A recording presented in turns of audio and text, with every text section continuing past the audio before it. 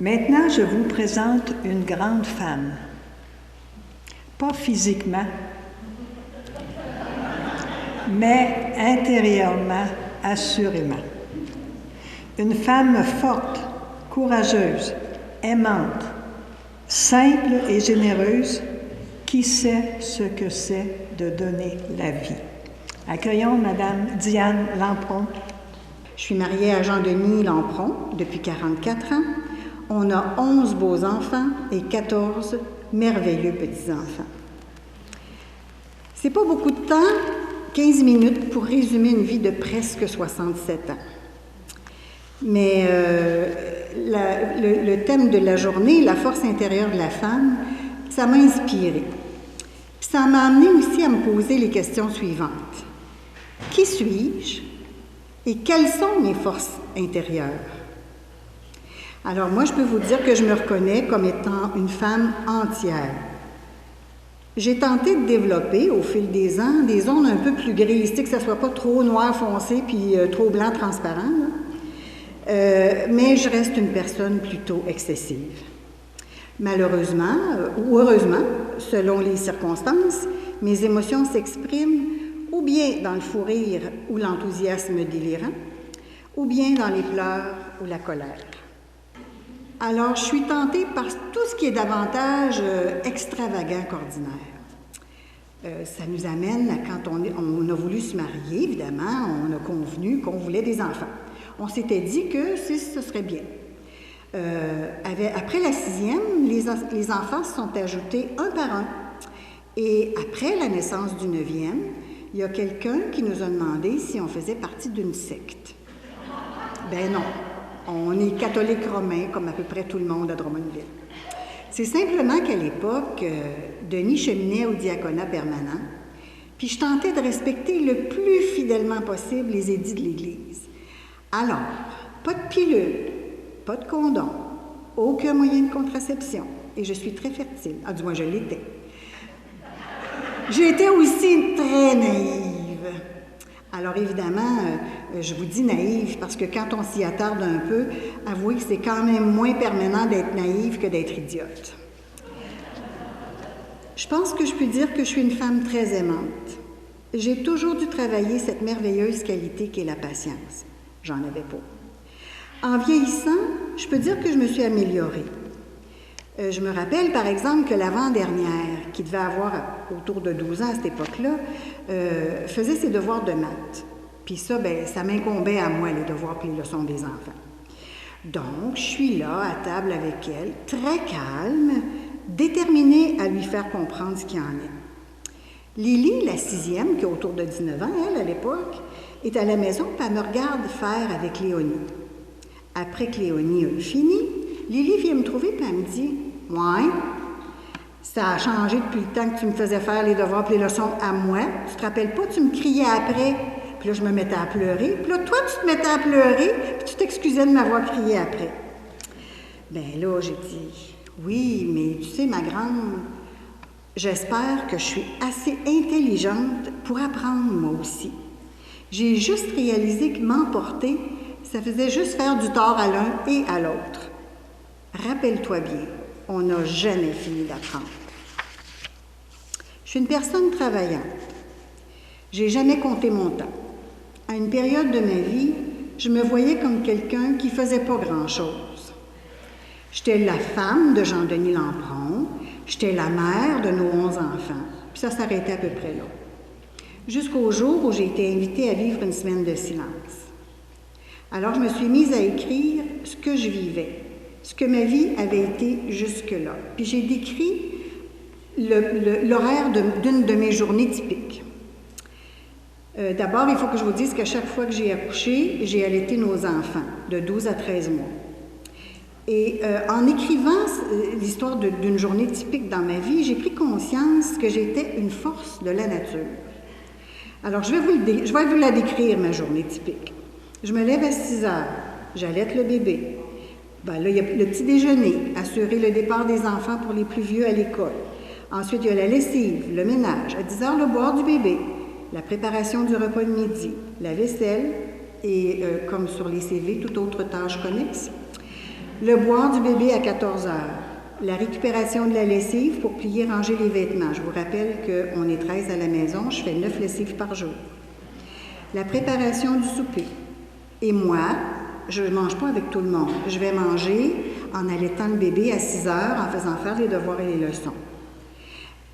Après ça, il y a le bain des enfants, la mise au lit, la préparation des lunchs du lendemain, le boire du bébé à 22 heures. Et là, il faut bien les habiller, nos enfants. Alors, je sors tout mon équipement, je m'installe pour coudre jusqu'à 2 heures du matin. Normalement, il y a un bébé qui boit, alors j'allaite le bébé à 2 heures du matin. Et là, je vais faire dodo et je me relève à 6 heures. À travers tout ça, je suis aussi la comptable, la secrétaire de nos entreprises. Plus tard, j'ai siégé sur le conseil d'administration de Complexe Séricole Drummond. Et enfin, j'ai été copropriétaire et directrice générale de Rose Drummond.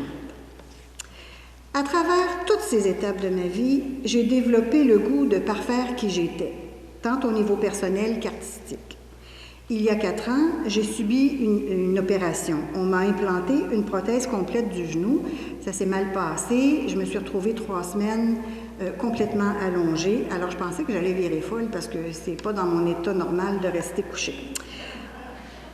Alors, pour passer le temps de convalescence, je me suis mise au tricot avec une de mes filles. Puis après ça, quand j'ai pu me lever, j'ai commencé à travailler le papier puis à faire des cartes pour tous ceux qui me sont chers. Ma complice tisserande, Lucie, notre 5e, a participé à l'achat de notre métier. Je me suis remise à la broderie aussi. J'aime beaucoup travailler de mes mains et rendre tangible l'amour que je porte à mes enfants, mon mari, à tout mon entourage et leur faire des cadeaux confectionnés maison. Comme à peu près toutes les mamans, comme vous toutes ici, j'ai pratiqué presque tous les métiers. Nounou, infirmière, institutrice, ménagère, cuisinière, chauffeur, consolatrice des cœurs affligés. Je suis une femme d'écoute et c'est évident que ça m'a beaucoup aidé à améliorer ma patience. Si j'ai longtemps eu du mal à voir mes qualités, aujourd'hui, je puis honnêtement dire que je suis devenue responsable de qui je suis et je me reconnais comme femme unique, capable de belles et grandes réussites. Avant d'en arriver là, par exemple, avant d'en arriver à avoir cette estime de moi, j'ai dû faire beaucoup de pas. Après que les enfants, pour la plupart, soient partis à l'école, les revenus de l'entreprise n'étaient pas suffisants pour que nous puissions joindre les deux bouts. Nous avons donc décidé de participer à un projet avec 35 autres actionnaires et c'est là où Complexe Séricole Drummond a vu le jour en 86. Ça a été toute une saga, puis je ne vais pas entrer dans les détails. Mais en octobre 94, le conseil demandait à mon mari de rendre ses clés. J'étais enceinte de la dernière et on entrevoyait le pire parce qu'on n'avait plus que des dettes. Mais on n'était pas tout seuls.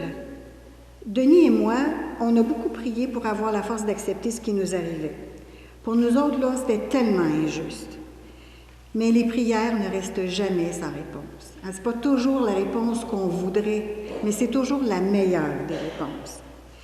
En effet, cette année-là, nos amis, les cursistes, la bonne du curé, le curé et des connaissances se sont réunis et nous avons eu un Noël plus riche en cadeaux et en victuailles que tous les autres Noëls passés. En passant, recevoir des paniers de Noël, c'est excellent pour cultiver l'humilité. Mais surtout, nous étions plus riches de l'amour de Dieu qui se manifestait à travers toutes ces personnes qui ont si bien pris soin de nous. Et puis, il nous fallait bien gagner notre vie. Alors, on a décidé d'ouvrir un gîte du passant. Il n'y avait pas assez de monde dans la maison, on était juste 13. Et ça, là, il fallait vraiment être audacieux pour que je puisse me lancer dans une aventure pareille. En effet, je venais d'accoucher de la 10e quand la Fédération des agriculteurs du Québec a accepté notre demande de gîte. Ça s'appelait le Gîte des Roses. Et on avait un slogan. Là où ça fleure bon, la rose et les enfants. L'audace résidait dans le fait que nous avions beaucoup plus d'enfants qu'une famille moyenne. Est-ce que les gens allaient s'aventurer à vivre une expérience pareille? Ça a été tout un exploit, parce que les personnes qui venaient chez nous nous demandaient toujours « Ben, coudonc, ils sont où vos enfants? » Assez curieusement, j'ai réussi à inculquer aux plus vieux de voir le gîte comme le billet qui allait payer nos vacances d'été. Ça a marché. Ils ont tous collaboré en aidant aux différentes tâches de la maison sans se plaindre. Nous étions une équipe. J'ai alors réalisé que j'étais un excellent coach. Alors que je travaillais fort pour mettre sur pied notre nouvelle petite entreprise, l'une des institutions financières qui était actionnaire de Complexe Séricole Drummond s'est inquiétée du fait que le CA avait destitué Denis. En janvier suivant, 4 jours avant la naissance de Noémie, il reprenait son poste de PDG. Mais le mal était fait. Les administrateurs du CA avaient réussi à se mettre toutes, il y en avait 5 institutions financières dans notre projet. Ils ont réussi à toutes se les mettre à dos. Et la plus importante a décidé de retirer son prêt. En 1996, Complexe Séricole Drummond faisait faillite. Après avoir consulté tous les ex-actionnaires pour connaître s'ils avaient un intérêt dans le rachat de l'entreprise et voyant qu'aucun ne voulait s'impliquer, Denis et moi avons racheté l'entreprise et sommes repartis en affaires sous le vocable Rose Drummond. Nous avions toujours travaillé ensemble. Nous avons donc mis les bouchées doubles et avons réussi à monter une affaire qui a maintenant une réputation enviable. Notre troisième, Amélie, a repris les rênes avec son mari Emmanuel. Ils sont les propriétaires de Rose Drummond 2017 depuis près de 2 ans maintenant. Ça, c'est une autre leçon que la vie m'a apprise. Abandonner, lâcher prise. Rose Drummond, c'était aussi mon bébé. Et j'ai dû lâcher prise et accepter que ce rêve-là était maintenant dépassé. Nos enfants allaient réaliser le leur au sein des murs que nous leur léguons. Nous étions le plus grand producteur de fleurs coupées de l'Est du Canada. Nous sommes maintenant, et ce n'est pas nous qui le disons, c'est vous, nous sommes maintenant le meilleur café hors Montréal de la province de Québec.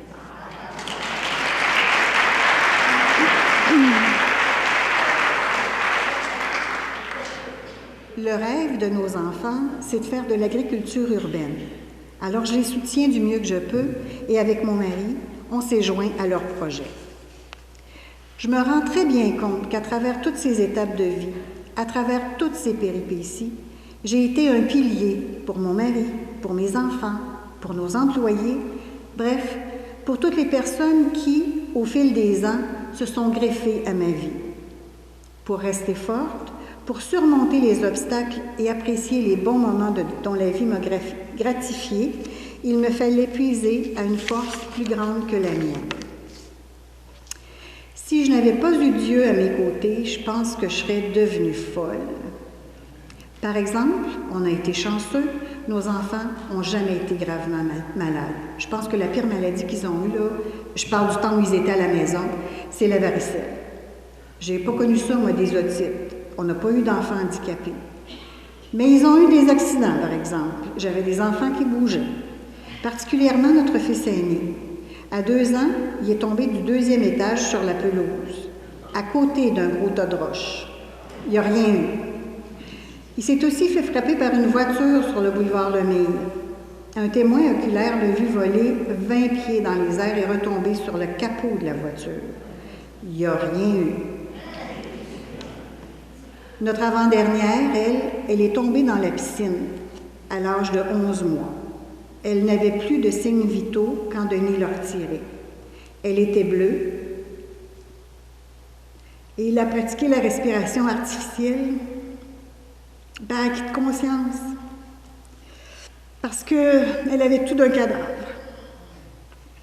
Excusez-moi. Elle est revenue à elle et elle n'a pas eu de séquelles. Puis là, j'ai entendu Mme Simone parler de miracles. Bien, moi aussi, je vais vous en raconter un miracle, parce que je veux que vous sachiez que ça existe. Elle est tombée dans la piscine, puis moi et Denis, on était occupés ailleurs. Moi, j'étais rentrée dans la maison pour voir aux autres enfants, puis je devais rentrer puis sortir tout de suite, là. Elle est sur le bord de la piscine, dans son parc. Denis, lui, passe la tondeuse. Alors, ni l'un ni l'autre, on entend ce qui se passe dans le carré de la piscine. Ce qu'on imagine, c'est que Léonie a dû se pendre après le bord du parc, puis ça l'a fait basculer, puis elle était pas loin de la piscine, alors elle a tombé dans l'eau. Mais la partie qui est miraculeuse là-dedans, là, c'est que Denis était dos à la piscine, en train de passer la tondeuse, et Dieu sait que ça fait du bruit, une tondeuse. C'était pas une petite tondeuse électrique, c'était une grosse tondeuse avec un gros moteur. Et il a senti quelqu'un lui toucher l'épaule. Alors il s'est retourné. Et là, il a vu Léonie dans la piscine. Il s'est dépêché de la retirer, puis il a fait ce que je vous ai dit. Mais lui, là, il démord pas. Il est certain que quelqu'un lui a touché l'épaule. C'était qui? Son ange gardien à lui? Celui de la petite? On ne le sait pas. Mais aujourd'hui, notre Léonie, c'est une belle jeune femme de 26 ans, en pleine possession de toutes ses facultés, et elle réussit très bien sa vie. Vous pouvez vous imaginer qu'avec la famille et les commerces, j'ai eu une vie extrêmement bien remplie, et plutôt heureuse. Quelques amis croches, certainement, quand on songe aux différents accidents des enfants. Puis j'en ai passé plusieurs sous silence, là, je ne vous les raconte pas tout un matin. Mais ce qui m'a plus marqué, c'est l'annonce du cancer de Denis au mois d'août dernier. Une nouvelle de ce genre-là, c'est comme faire face à la guillotine. Ça vous coupe le souffle. Moi, en tout cas, ça m'a enlevé tous mes moyens. Je suis devenue vide. C'est vraiment ce que j'ai ressenti. Beaucoup de vide. Il n'y avait plus rien. Puis, les protocoles de soins ont commencé. 33 traitements de radiothérapie entrecoupés de 3 traitements de chimiothérapie. Après le 2e traitement de chimio, et ça faisait déjà plus de 3 semaines que Denis subissait des traitements de radio tous les jours, il s'est recroquevillé sur lui-même et j'ai eu alors l'impression de ne plus exister. Je suis devenue comme invisible à ses yeux. Encore une fois, c'est ce que moi je ressentais. Mais vous me direz, avais-tu le droit de te plaindre? C'est lui qui est souffrant. Moi, ça va, je suis en bonne santé. Comment est-ce que je peux lui faire part de mes sentiments sans paraître égoïste? Sans encore être la grosse méchante. En plus de me sentir complètement inutile, je me sentais coupable. Comment est-ce que j'osais m'apitoyer sur moi-même? Encore là, on a été porté par notre entourage et c'est la force de la prière qui a permis que je passe au travers de cette épreuve et que j'en sorte grandie. Être femme, épouse, mère de famille, gestionnaire, être moi, au-delà de tous ces attributs, ça n'est pas simple. Je continue à travailler sur qui je suis et je tente de m'améliorer pour être le meilleur que je puisse être. Pour ça, j'ai accès à des modèles inspirants. On a parlé de Jean Vanier, bien, c'en est un de mes modèles inspirants, c'est le premier sur ma liste. Il y a l'abbé Pierre aussi, il y a Roger de Thésée, il y a Mère Teresa, il y a des gens qui m'entourent, des amis, mon mari. C'est des gens qui portent leur foi à bout de bras, puis qui m'inspirent beaucoup. Et ces gens-là, pour beaucoup, ils ont connu des jours de noirceur. Mais avec l'aide d'amis, de confidents, puis avec Dieu à leur côté, ils ont réussi à faire de leur vie un chef-d'œuvre. Donc, moi, ça me permet de continuer d'espérer que peut-être la mienne va finir comme ça aussi. J'ai aussi la chance de pouvoir vivre des fins de semaine de ressourcement chrétien, comme le Curcio. J'ai eu recours à des thérapies aussi, avec des vrais psychothérapeutes, là. Toute seule, en couple, en famille aussi, parce qu'on était une famille en affaires, alors on avait beaucoup de difficultés à savoir quand est-ce qu'on mettait notre chapeau de parent puis notre chapeau de patron. Là. Il fallait trouver une façon de faire la différence. Alors j'ai toujours saisi les occasions, comme les formations d'évangélisation des profondeurs, par exemple, qui m'amènent à mieux comprendre la personne que je suis et à garder vivante et profonde la relation que j'ai avec mon Père du ciel. Je dois constamment me rappeler que je suis sa fille bien-aimée. Et comme le dit si bien le psaume 44, Dieu est séduit par tant de grâce et de beauté. Dieu te choisit, car son amour t'a préféré. C'est lui qui comblera ton cœur. Merci. Merci. Merci beaucoup, Diane, pour ta grande générosité, pour ton oui. Ton témoignage nous montre les différentes facettes de ton diamant. Comme il est beau et qu'il brille à nos yeux en tant que femme, épouse, mère de famille et femme d'affaires.